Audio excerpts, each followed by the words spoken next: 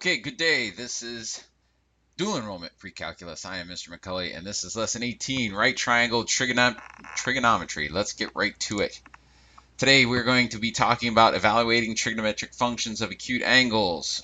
We're also going to use the fundamental trigonometric identities, and remember those identities are on I have a trig identity cheat sheet that is there on the Google Drive for you to download. I would suggest you print it out, and we'll get through a number of those today.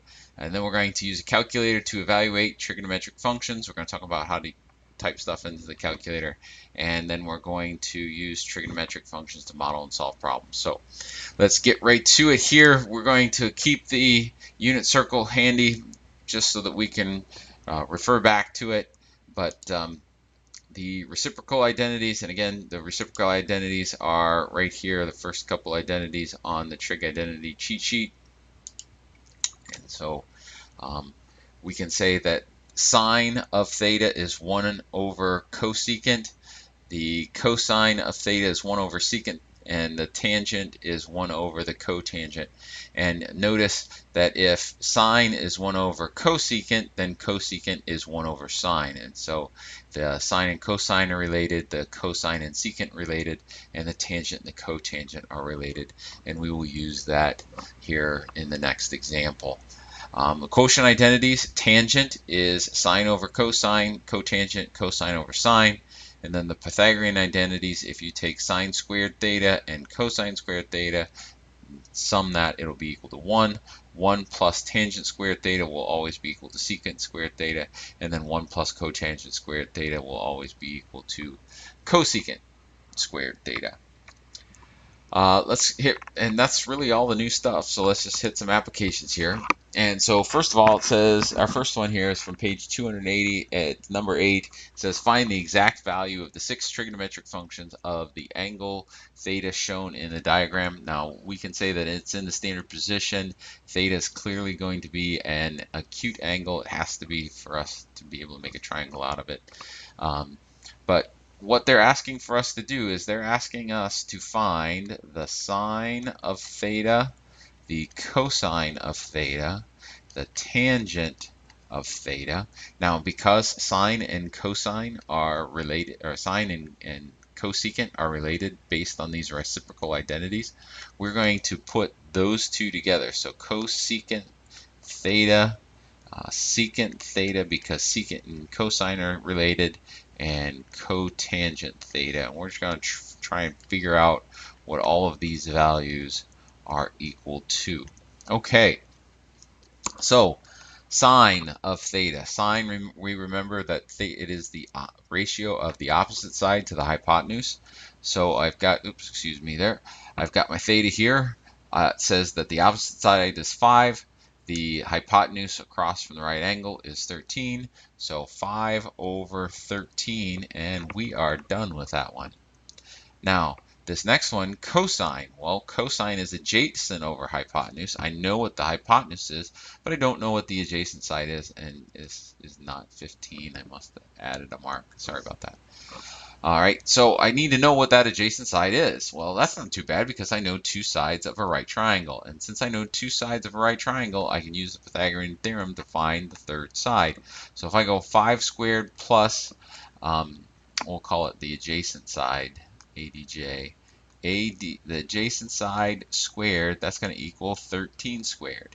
All right, so I've got 5 squared is, let's write it as 25 plus whatever the adjacent side squared is, and then 13 squared is 169. If I subtract 25 from both sides, I get the adjacent side squared is equal to 144. Now, if I take the square root of both sides, it should be plus or minus, but because we're talking about a length of a side, we know that that's going to be positive.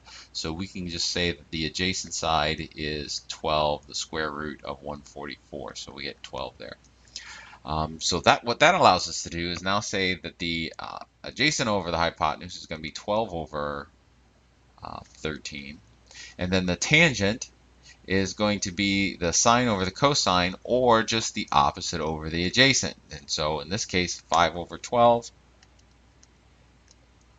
And now remember, the sign is the reciprocal, and so we could go through a bunch of work to show the algebra, but just as a shortcut, whatever the sign value is, the cosecant of that value is just the reciprocal of that fraction. So I'm just going to go 13 over 5, and the same thing for the cosecant or the cosine and the secant. It's just going to be 13 over 12, and then the tangent and the cotangent reciprocal of 5 over 12 will give you 12 over 5, and that is our answer. Okay, let's hit this next one. It says, given the acute angle theta, so we have a theta here, and one trig value, find the remaining 5 trig values. So they give us that the cotangent of theta is 5. So here's my theta, and my cotangent is 5. So just like we did in the last one, I'm going to go sine theta, cosine theta, tangent theta, I'm going to go cosecant theta, secant theta, and cotangent theta. All right, now I know that the cotangent of theta is 5, and just because we know that the cotangent is the adjacent side over the opposite, just like the tangent is opposite over adjacent, we're going to go 5 and 1 there. So adjacent over opposite, it's not drawn to scale, but I got a 5 here, I've got a 1 there. All right. And I don't know that it's a 5 and a 1, but I know that the ratio is that. And so we're not going to actually find out what the angle measure is. We're just going to find these ratios. And so if I go to find this hypotenuse right here, because I'm going to need it, I'm going to find that hypotenuse so I can go the opposite 1 over the hypotenuse. I'm going to say I've got 2 sides. There's my right angle, so that's the hypotenuse. So 5 squared plus 1 squared is equal to h squared. We'll just make that a little simpler. And so I've got 26 is equal to h squared. Therefore, h will be equal to the square root of 26. Now, square root of 26 only has 4 factors. 1, 2, 13, and 26. None of those are perfect squares, so I really can't reduce that. So that gives us a little bit of a problem, because when I go to do this sign, it's opposite over the hypotenuse. The opposite is 1. The hypotenuse we just found to be square root of 26. So I have 1 over the square root of 26, and I've got this radical in the denominator. So I need to rationalize that denominator.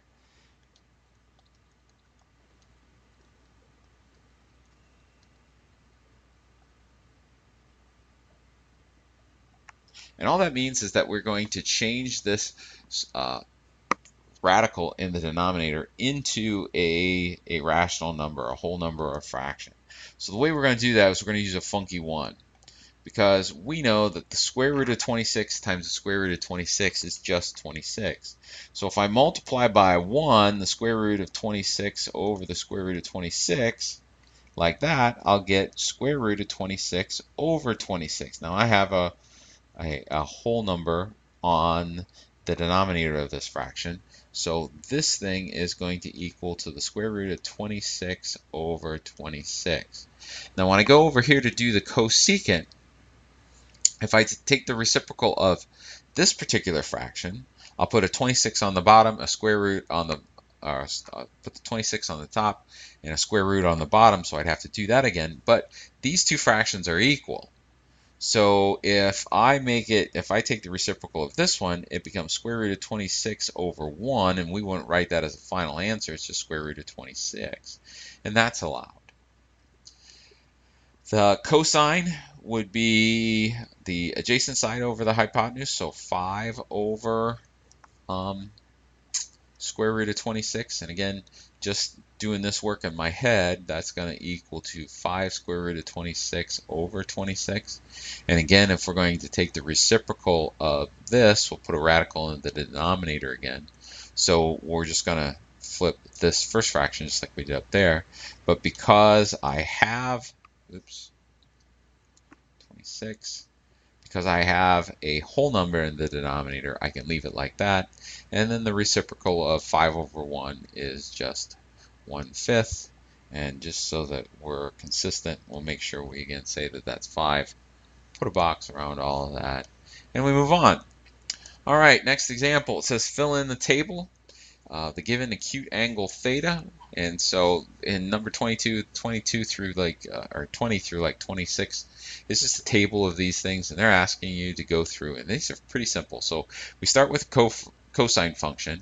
They give us 60 degrees. They want that changed to radians. Now, hopefully, you're starting to memorize the unit circle.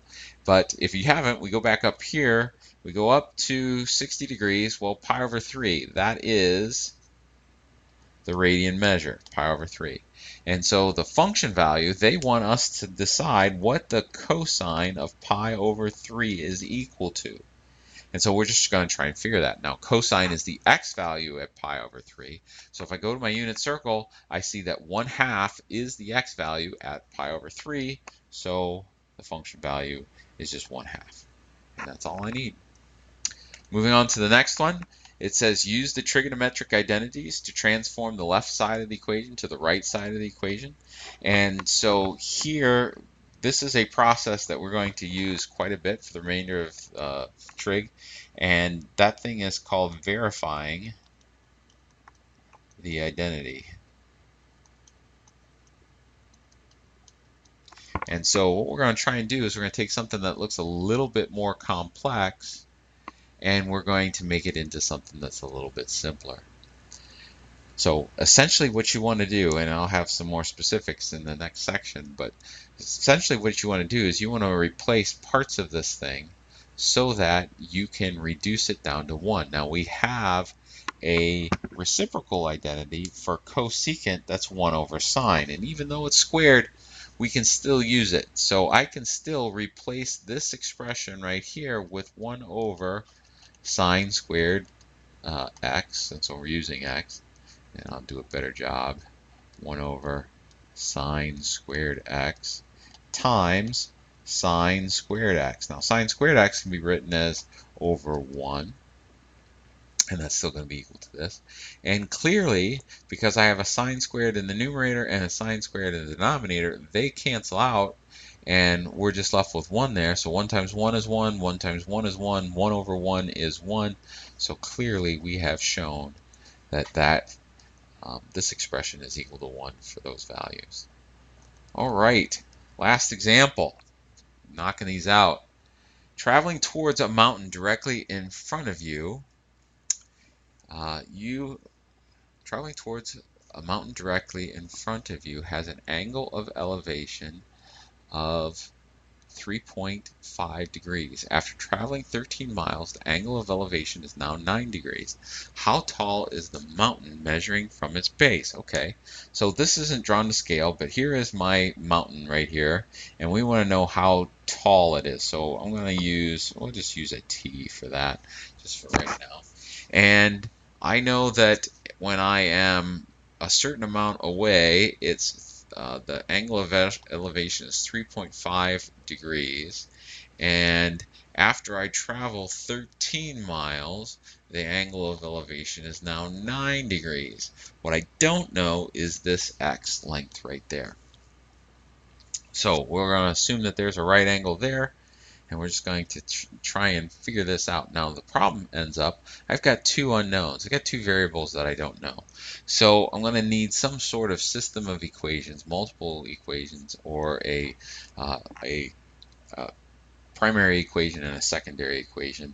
In this case though, I think if I look at this, t and x and the 9 degrees, the t is the opposite side, the x is the adjacent side.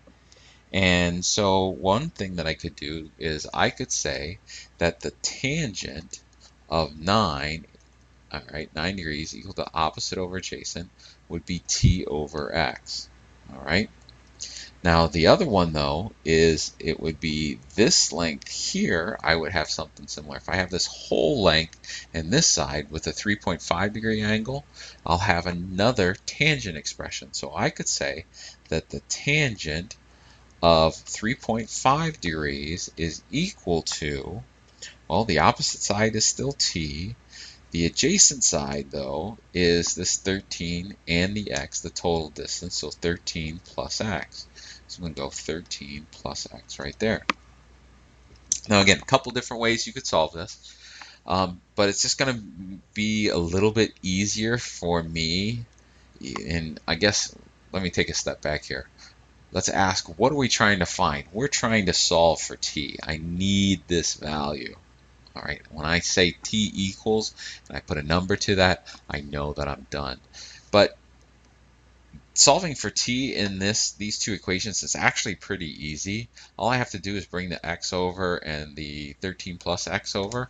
And so if I were to say that t is equal to x times the tangent of 9 degrees, and if I bring this over, I could say that t is equal to the quantity 13 plus x times the tangent of 3.5. I have two expressions that are equal, both equal to t.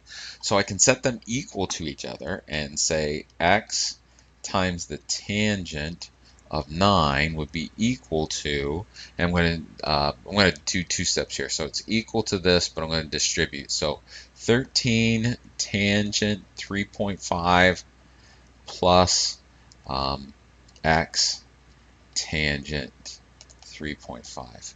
All right, so now tangent 9 and tangent 3.5 are both calculable. I could go to my graphing calculator, I could check my mode, make sure I'm in degree, and I could calculate those. And you can do that if you want. That's not a problem. All right. But what I'm going to do is I'm going to get x by itself and just make one calculation at the end. So this is just a number. All right, so I want to get x by itself. So I'm going to subtract x tangent 3.5 from both sides. All right, so let's put that in there. Subtract x times tangent 3.5 from both sides. All right, so I get x times the tangent of 9, and it's still degrees there. And then it's minus x tangent 3.5 degrees is equal to 13 tangent 3.5 degrees. Okay, so now I'm going to factor out an x on the left. And so if I factor out an x, I get x by itself, and I get tangent of 9 minus the tangent of 3.5 degrees equals to 13 tangent 3.5. And now this is calculable as it is, but again, I'm only going to do it at the end. So I'm going to divide both sides by tangent 9 minus tangent 3.5. And so I'll get x by itself, that's what I'm looking for right now, would be 13 times the tangent of 3.5 over the tangent of 9 minus the tangent of 3.5. Now this is calculable, and we're going to do that.